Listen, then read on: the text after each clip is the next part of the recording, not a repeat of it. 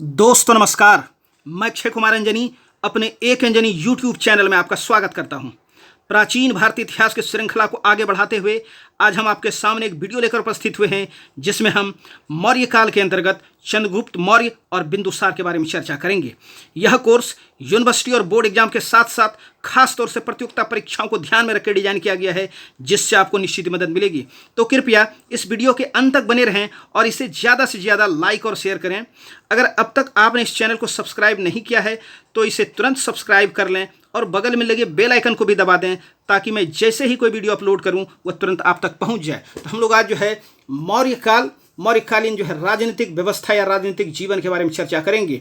मौर्यकालीन शासकों का अगर हम लोग क्रम देखें तो चंद्रगुप्त मौर्य, बिंदुसार, अशोक और उसके जो है उत्तराधिकारी में हम लोग देखेंगे दशरथ और जो है लास्ट में वृद्धरथ, जिनकी हत्या करके जो है शुंग वंश की स्थापना की जाती है। तो सबसे पहले हम लोग जो है बात करेंगे आज जो है चंद्रगुप्त मौर्य के बारे में। चंद्रगुप्त मौर्य भारत में जो है सबसे पहले साम्राज्य स्थापित करने वाले जो शासक हुए, उनका नाम जो है चंद्रगुप्त मौर्य। इससे पहले आप लोगों ने हम लोग पढ़े कि जो है जनपद है, महाजनपद है या छोटे बड़े जो राज्य हैं, लेकिन सबसे पहले जो साम्राज्य स्थापित करने का जो गौरव प्राप्त है वो चंद्रगुप्त मौर्य को जाता है। चलिए चंद्रगुप्त मौर्य के बारे में थोड़ा सा हम लोग देखें कि चंद्रगुप्त मौर्य के जो है नाम को लेके अलग अलग जो है लोगों ने अलग अलग कहा और यहाँ से लगातार सवाल पूछे जाते हैं। चलिए सबसे पहले देखें कि चंद्रगुप्त मौर्य को जो है सेंड्रोकोट्टस या सेंड्रोकोट्स कहा गया। किनके द्वारा? जस्टिन के द्वारा और स्ट्रेबो के द्वारा। तो स्ट्रेबो के द्वारा और जस्टिन के द्वारा जो है इनको सेंड्रोकोट्टस कहा गया है। इनको जो है एंड्रोकोट्टस भी कहा गया है। किनके द्वारा? एरियन और प्लूटार्क के द्वारा एंड्रोकोट्टस कहा गया है। इसके बाद हम लोग देखें कि जो ये जैन ग्रंथ है, जैन ग्रंथ में इनको जो है विशाखाचार्य भी कहा गया है। किनको? चंद्रगुप्त मौर्य को। और चंद्रगुप्त मौर्य का चंद्रगुप्त नाम हमको कहाँ मिलता है? ये महावंश में एक प्रकरण आया है, उसमें कहा गया है कि कौटिल्य ने जम्बूद्वीप का जो है शासक बनाया। किसको? चंद्रगुप्त को जम्बूद्वीप का शासक बनाया। ये चर्चा मिलती है महावंश में। चंद्रगुप्त की चर्चा एक जगह और हम लोग देख चुके हैं। जूनागढ़ के जो है अभिलेख हैं, रुद्रदामन के जूनागढ़ अभिलेख जो 150 ईस्वी के हैं, इसमें भी चंद्रगुप्त का नाम चंद्रगुप्त मिलता है। तो इस तरह नामों को लेकर है। खास तौर से आप लोग ये सेंड्रोकोट्टस और एंड्रोकोट्टस को याद रखिएगा, यहाँ से लगातार सवाल पूछे जाते हैं। चलिए देखें कि जो विलियम जोन्स साहब हैं, विलियम जोन्स साहब को पहला विद्वान था जिन्होंने सेंड्रोकोट्टस की पहचान भारतीय ग्रंथ में वर्णित चंद्रगुप्त मौर्य से की है। तो ये इंपॉर्टेंट हो जाता है। कौन? William Jones. यहाँ यह बात इन्होंने 28 फरवरी 1793 ईस्वी को एशियाटिक सोसाइटी में जो है कही है। चलिए इसके बाद हम लोग देखें कि इनके जो है वर्ण के लेके या जाति को लेके भी बड़ा विवाद है और यहाँ से भी सवाल पूछा जाता है। चंद्रगुप्त मौर्य का वर्ण या जाति, सबसे पहले देखें कि जो जैन ग्रंथ है या बौद्ध ग्रंथ एवं जैन ग्रंथ में इनको जो क्षत्रिय कहा गया है। रोमिला थापर जो आधुनिक इतिहासकार हैं, इनके द्वारा जो चंद्रगुप्त मौर्य को वैश्य कहा गया है। और जितने भी ब्राह्मण ग्रंथ है, ब्राह्मण ग्रंथ में चंद्रगुप्त मौर्य को शूद्र कहा गया है। एक ग्रंथ है मुद्रा राक्षस, जो कि 9वीं शताब्दी में लिखी गई। किनके द्वारा? विशाख दत्त की, जानके बाद का ग्रंथ है 9वीं शताब्दी की, विशाख दत्त के द्वारा लिखी गई मुद्रा राक्षस 9वीं शताब्दी में। यहाँ पर जो है चंद्रगुप्त मौर्य, ये नाटक है, यहाँ पर इसमें जो है वृषल या निम्न कुल का बताया गया है चंद्रगुप्त मौर्य को। और मुद्रा राक्षस पर ही आधारित टीका लिखा गया है। इसके टीकाकार हैं धुंडीराज ने भी जो है चंद्रगुप्त मौर्य को जो है शूद्र कहा है। तो ये वर्णन इनकी जाति या जो है वर्ण को लेकर। चलिए चंद्रगुप्त मौर्य के वंश के संबंध में ब्राह्मण, बौद्ध, जैन ग्रंथ पर जो अनुश्रुति है, उसके आधार पर केवल इतना ही कहा जा सकता है कि वह जो है किसी कुलीन घराने में पैदा नहीं हुआ था, मतलब राजवंश से संबंधित नहीं था। उसके बाद हम लोग थोड़ा सा जो है ये प्रारंभिक जीवन देख लें चंद्रगुप्त मौर्य का, किस तरह का इनका प्रारंभिक जीवन रहा है। प्रारंभिक जीवन होता क्या, यहाँ पर थोड़ी कहानी है, यहाँ से क्वेश्चन कम पूछा जाता है, लेकिन इंटरेस्टिंग चीज़ है, आपको जानना चाहिए। थोड़ा सा इसको सुनिए कि चाणक्य का जो है घनानंद अपमान कर देते हैं राज दरबार में, और वो क्षुब्ध हो जाते हैं और बदला लेने के लिए जो है उनके दिमाग में चलता है, और वो जो है मगध को छोड़ के आगे बढ़ जाते हैं। और वो चलते चलते पहुँचते हैं कहाँ पर, वो चलते चलते पहुँचते हैं बिंद क्षेत्र, और बिंद क्षेत्र में जो है वो चंद्रगुप्त मौर्य को देखते हैं। वहाँ पर क्या करते हुए, वहाँ पर एक जो है खेल खेला जा रहा था, राजकेलकम खेल। राजकेलकम खेल में जो है अलग अलग बच्चों को राजा बनाया जाता था, किसी को प्रजा बनाया जाता था, तो वही खेल यहाँ पर खेल रहा था। राजकेलकम खेल जो है खेल रहा था कौन, चंद्रगुप्त मौर्य। अरे इसको खेलते हुए चाणक्य महोदय इनको देखते हैं, और उसमें जो है क्या हुआ, इस बालक के समक्ष, चंद्रगुप्त मौर्य के समक्ष जो है एक अपराधी को पकड़ के ले लाया जाता है, और उनके ऊपर ये आरोप रहता है, ये जो है देशद्रोही का जो है इनके द्वारा काम किया गया, अपराध किया गया है, इनको कौन सी सजा दी जाए। चंद्रगुप्त मौर्य कहते हैं कि देशद्रोह का अपराध अपने आप में गंभीर अपराध है, और उनको जो है मृत्यु दंड जो है दिया जाता है। यह सब जो है बगल में बैठा हुआ चाणक्य देख रहे होते हैं, और उनको लगता है कि मैं तो महान पंडित हूँ, हमको तो ये जानकारी है, लेकिन इस छोटे से बच्चे में जो है ये जानकारी, इसको जानकारी, इसका मतलब है इसमें जो है क्षमता है बेहतर करने का। तो वो क्या करते हैं, उसके बाद कौटिल्य जो है वो जाते हैं उनके मामा के पास, और उनके मामा को जो 1000 करसापन देकर चंद्रगुप्त मौर्य को जो है क्या करते हैं, खरीद लेते हैं, और तक्षशिला ले जाते हैं। और तक्षशिला जो कि ज्ञान का उस समय जो है पूरी दुनिया में विख्यात केंद्र रहता है, वहाँ पर अस्त्र शस्त्र, खासतौर से धनुर्विद्या के क्षेत्र में अस्त्र शस्त्र, कूटनीति आदि की शिक्षा देकर उनको जो है पारंगत करते हैं, किनको, चंद्रगुप्त मौर्य को, कौटिल्य के द्वारा। उसके बाद जो है चंद्रगुप्त मौर्य क्या करते हैं, चंद्रगुप्त मौर्य जो है सेना इकट्ठी करते हैं और घनानंद पर जो है आक्रमण कर देता है, लेकिन उसमें क्या होता है, वो पराजित हो जाता है। ये विवरण हमको मिलता है कहाँ पर, ये मिलता है, विवरण हमको मिलता है महाबौद्धि वंश में। इस समय घनानंद के जो सेनापति रहते हैं वो रहते हैं सक्टाल, और सक्टाल जो है क्या करते हैं, ये चंद्रगुप्त मौर्य को हरा देते हैं, और उसके बाद जो है चंद्रगुप्त मौर्य जो है छुपे छुपे जो है फिरते हैं। उसमें क्या होता है, एक ग्रंथ, यही बौद्ध ग्रंथ है महाबौद्धि वंश। महाबौद्धि वंश में एक रोटी की कहानी है। इसमें चर्चा ये है कि एक माँ जो है रोटी बना रही थी, और बगल में बच्चा खेल रहा था, और बच्चा क्या करता है कि जो है अपने हाथ से जो है एक रोटी को बीच में छू लेता है, रोटी जैसी ये रोटी है, इसके बीच में छू लेता है, और उसका हाथ जल जाता है। और उसकी माँ जो है उदाहरण देता है कि तुम भी वही गलती कर रहे हो जो गलती जो है चंद्रगुप्त मौर्य ने की है। और यह बात जो है चंद्रगुप्त मौर्य छुप के जो भागा हुआ, तो चंद्रगुप्त मौर्य ये बात छुप के सुन रहा था। तो जो माँ है वो कहती है, अगर चंद्रगुप्त मौर्य जो है वो किनारे से जो है अगर जीतते हुए आता, जिस तरह से रोटी का किनारा अगर तुम पकड़ता तो वो ठंडा मिलता तुमको, अगर चंद्रगुप्त मौर्य जो है अगर पश्चिमोत्तर क्षेत्र से उस चीज़ को अगर जीतने का प्रयास करता तो शायद वो घनानंद को हरा सकता था। तो ये जो है कहीं ना कहीं जो है ये प्रेरणा मिलती है किसको, चंद्रगुप्त मौर्य को। उसके बाद एक और ग्रंथ है परिशिष्ट पर्वन। परिशिष्ट पर्वन एक जैन ग्रंथ है, इसके रचयिता जो हेमचंद्र सूरी हैं।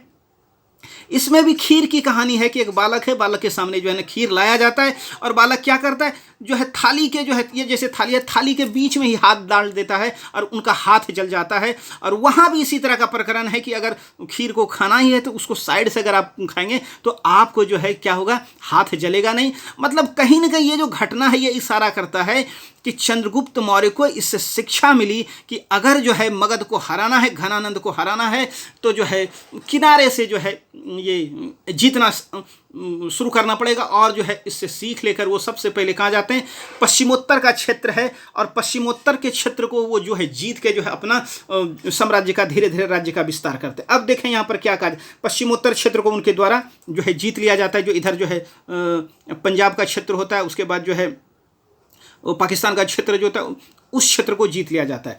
जस्टिन के अनुसार चंद्रगुप्त मौर्य ने डाकुओं की सेना बनाई। देखिए ये क्वेश्चन पूछा जाता है, दिमाग में रखिएगा। और उसने सिकंदर की मृत्यु के बाद अपनी गर्दन से दास्ता का जुआ उतार फेंका और अपने गवर्नर की हत्या कर दी। मतलब ये भी साफ इशारा करता है कि चंद्रगुप्त मौर्य ने पश्चिमोत्तर क्षेत्र में अपना अधिकार जमा लिया। जस्टिन आगे कहता है कि चंद्रगुप्त ने अपनी 6 लाख की सेना या फौज के साथ जो है सारे भारत को रौंद डाला। तो ये उनकी जो है शक्तिशाली जो है सेना के भी जो है ये जिक्र करता है। उसके बाद एक महोदय है प्लिनी, ये सब जो है यूनानी लेखक है। प्लिनी के अनुसार चंद्रगुप्त की जो सेना है उसमें पैदल सैनिकों की संख्या 6 लाख, 30,000 घुड़सवार और 9,000 जो है हाथी थे, किनमें, जो है चंद्रगुप्त मौर्य की सेना में। उसके बाद जो है जस्टिन महोदय कहता है कि चंद्रगुप्त एवं सिकंदर की एक बार जो है मुलाकात हुई थी। चंद्रगुप्त और सिकंदर की मुलाकात की बात करता है ये, और चंद्रगुप्त ने सिकंदर को जो है छावनी में मारने का प्रयास किया था, लेकिन वो असफल रहा। चंद्रगुप्त मौर्य को पकड़कर सिकंदर के सामने लाया जाता है, लेकिन उसको जो है बच्चा समझ के छोड़ दिया जाता है। ये जो है किनका वर्णन है, ये वर्णन है जस्टिन के अनुसार सिकंदर और चंद्रगुप्त की मुलाकात हुई थी। जस्टिन साहब आगे कहते हैं कि यद्यपि वह मतलब चंद्रगुप्त सामान्य कुल में उत्पन्न हुआ था, फिर भी वह दैवी प्रेरणा से बस सम्राट बनने की महत्वाकांक्षा रखता था। तो ये भी कहीं ना कहीं हमको जानकारी मिलती है चंद्रगुप्त मौर्य के बारे में। तो ये थोड़ा प्रारंभिक जीवन से संबंधित कुछ चीज़। अब हम लोग जो है चंद्रगुप्त मौर्य से संबंधित और जो चीज़ें हैं और जो बातें महत्वपूर्ण, उसको देखने का हम लोग जो है प्रयास करते हैं। चलिए, तो हम लोग देखें सबसे पहले चंद्रगुप्त मौर्य का जो है कार्यकाल जो है, चंद्रगुप्त मौर्य का अगर कार्यकाल आप देखेंगे तो ये 322 से 298 BC जाता है इनके कार्यकाल। इनके कार्यकाल की जो पुष्टि है ये 322 वाला, ये कैसे पता चलता है? एक संधि हुई, बेबीलोन की संधि। ये संधि क्या थी, आप इसके बारे में पहले भी पढ़ चुके हैं। तो बेबीलोन की संधि में क्या हुआ कि सिकंदर की मृत्यु के बाद जो है सिकंदर के साम्राज्य का बंटवारा किया जाता है इस संधि के अनुसार। और इस बंटवारे में जो भारतीय प्रांत है, भारतीय प्रांत का भी जिक्र आता है, भारतीय प्रांत का भी बंटवारा होता है। ये किस संधि की बात है? ये बेबीलोन की संधि। आपको पता होगा कि जो है ये 323 ईसा पूर्व में बेबीलोन में ही जो है सिकंदर की मृत्यु हो गई थी, तपेदिक से बुखार थे। और इसमें जो बंटवारा हुआ था, थोड़ा सा देख लें कि सिंधु का जो उत्तर पश्चिम का जो क्षेत्र है वो मिला था किसको? वो मिला था फिलीप को। सिंधु के दक्षिण का जो क्षेत्र मिला था वो मिला था पिथौन को। और सिंधु और झेलम के बीच का जो क्षेत्र मिला था वो मिला था अंभी को। और झेलम से ब्यास तक का जो क्षेत्र मिला वो मिला है पोरस को। अगर आपने इससे पहले का विदेशियों का आक्रमण वाला वीडियो नहीं देखा है तो उसको जरूर देखिए। वहां पर आपको इन चीज़ों के बारे में विस्तार से और साथ ही साथ कम समय में बहुत कुछ सीखने को मिलेगा। एक संधि है ट्रिपेंडिस की संधि। ट्रिपेंडिस की संधि कब हुई? ट्रिपेंडिस की संधि हुई 321 ईसा पूर्व में। इसमें क्या गया, अशोक का जो साम्राज्य, उस साम्राज्य का पुनः बंटवारा किया गया। ये घटना है 321 ईस्वी की। लेकिन इसमें जो सबसे बड़ी बात है वो ये है कि इस संधि में भारतीय क्षेत्र के बंटवारे की चर्चा नहीं है। इसका साफ मतलब है कहीं न कहीं उस क्षेत्र के ऊपर चंद्रगुप्त मौर्य जो है ना अपनी सत्ता स्थापित कर चुका था। 317 ईसा पूर्व में यूनानी सेनापति रहते हैं कौन? यूथिडेमस। यूथिडेमस ने पंजाब के क्षेत्र में जो है क्या कर लिया? पंजाब के क्षेत्र को जीत लिया। 315 ईसा पूर्व में चंद्रगुप्त मौर्य ने प्रवर्तक, जो कि हिमालय क्षेत्र के शासक रहते हैं, प्रवर्तक की मदद से घनानंद को पराजित किया, जिसमें जो है चंद्रगुप्त, ये इनका चाणक्य का भी जबरदस्त सहयोग रहता है। पराजित कर जो है उसका अंत कर दिया, किसका? घनानंद का। और इस समय घनानंद का जो सेनापति है वो था भद्दसार। जानिए, इससे पहले जो जब दोनों टकराए थे उस समय से जो है उनका जो सेनापति रहते हैं वो सेनापति कौन रहते हैं? वो सेनापति, चलिए 305 बहुत महत्वपूर्ण चीज ये आप याद रखिएगा। उस समय रहता सक्टाल, यस। 305 ईसा पूर्व में सेल्यूकस निकेटर ने बैक्ट्रिया को जीत लिया और जीत कर सिकंदर के अधूरे कार्यों को पूरा करने के लिए भारत के तरफ बढ़ा कि जो है भारत तक और विजय की जाएगी, और सिंधु नदी को पार करके आगे बढ़ा, जहां उसका सामना जो है चंद्रगुप्त मौर्य से होता है, और जिसमें जो उसकी जो है पराजय होती है किसकी? चंद्रगुप्त मौर्य की, सेल्यूकस निकेटर की। और चंद्रगुप्त मौर्य से उनको जो है संधि करनी पड़ती है। मतलब उनका जो सपना है वो सपना जो है धरा का धरा रह जाता है। चलिए, उसके बाद हम लोग देखेंगे, यहाँ से बहुत सवाल पूछे जाते हैं कि 305 ईसा पूर्व का जो युद्ध है इसका परिणाम क्या? परिणाम ये हुआ कि चंद्रगुप्त मौर्य की जो विजय हुई, एक इस विजय के बाद क्या हुआ कि जो चंद्रगुप्त सेल्यूकस है, सेल्यूकस की जो पुत्री हेलेना या कार्नेलिया, इनका विवाह संपन्न होता है किसके साथ? चंद्रगुप्त मौर्य के साथ। एक लेखक है, यूनानी लेखक है एपियानस। एपियानस ही वह अकेला लेखक है जो इस युद्ध का वर्णन करता है 305 ईसा पूर्व के, जिसमें चंद्रगुप्त मौर्य की विजय हुई थी। और इस विवाह संबंध के बारे में भी जो है कौन जिक्र करता है, वो एप्पियानस ही जिक्र करता है। और इसके बाद जो है 4 प्रांत है जो दहेज के रूप में चंद्रगुप्त को मिलता है। चंद्रगुप्त मौर्य को दहेज में मिला प्रांत, यहां से सवाल पूछा जाता है लगातार। स्ट्रेबो के अनुसार सेल्यूकस ने चंद्रगुप्त को विवाह के उपरांत एरियाना का प्रदेश दिया। एरियाना का प्रदेश, देखिए उस एरियाना के प्रदेश में आते कौन कौन से, 4 क्षेत्र आते हैं। एक है एरिया, एरिया यूनानी ग्रंथ में एरिया कहा गया है, और ऐसे ये क्या है, ये है काबुल। एरिया का तादम्य काबुल से स्थापित किया गया है। दूसरा मिला अराकोसिया। अराकोसिया क्या है, अराकोसिया है कंधार। और है उसके बाद जेड्रोसिया। जेड्रोसिया कहते हैं मकरान तट को।